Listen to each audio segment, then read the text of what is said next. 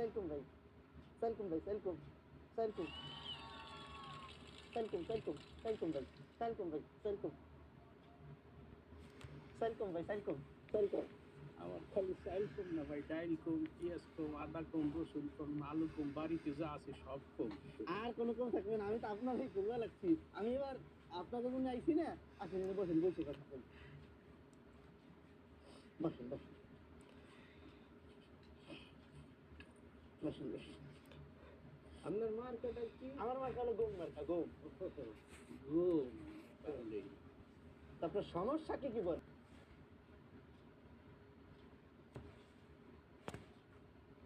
হলো গম মার্কা, গম।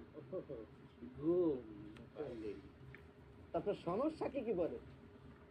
সমস্যা নাই, আমি মূলত আসছি আপনাদের এলাকায়, আপনাদের এলাকার পরিস্থিতি দেখতে।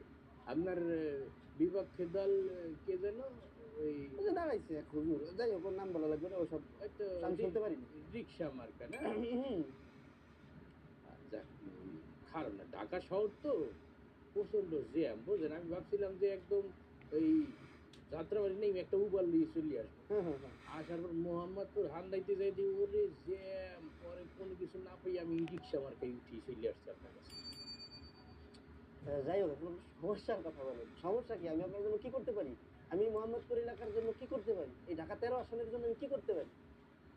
আর বললেন না, রিক্সার থেকে নাই নিয়ে আমি ভাবছি যে আপনি বসিলার দিকে আছে, ওই মোহাম্মদপুর বেড়িবাদ যে মোড়টা ওইখানে ওইটার দিকে আটাই যায় না, ওই জায়গায় নাইমে গেল, নাইমে তারপর কোনো রকম চিপা চাপা দিয়ে রাস্তাটা পারিয়ে এই পয়সা এসে দেখি দিয়ে আবার লেগুনাও পাইনি, কিছু পাইনি, লেগুনা মানুষজন খারাই গেছে, এই তারপরে সিএনজি পাওয়া যায় না, কিচ্ছু পাওয়া যায় না। আবার ভাবলাম এই জায়গাতে একটু আর এই লেগুনা সিএনজি দিয়ে কি করবো, পরে আমি আবার একটা রিক্সা বার করে চলে গেছি।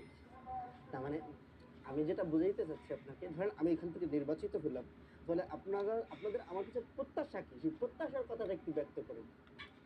আপনার কাছে আমাদের প্রত্যাশা, আপনি এ, মন্ত্রী হন, এমপি হন, যাই হন না কেন, আমরা তো মানে আপনার সাথে অনেক বড় লোক দেখা করতে আসবে না, হ্যাঁ প্রাইভেট কারে সেরে ভিআইপি গাড়িতে সেরে, হ্যাঁ হ্যাঁ। আমরাও যারা গরিব আছে আমরাও যেন রিক্সা মারে উঠি আপনার কাছে।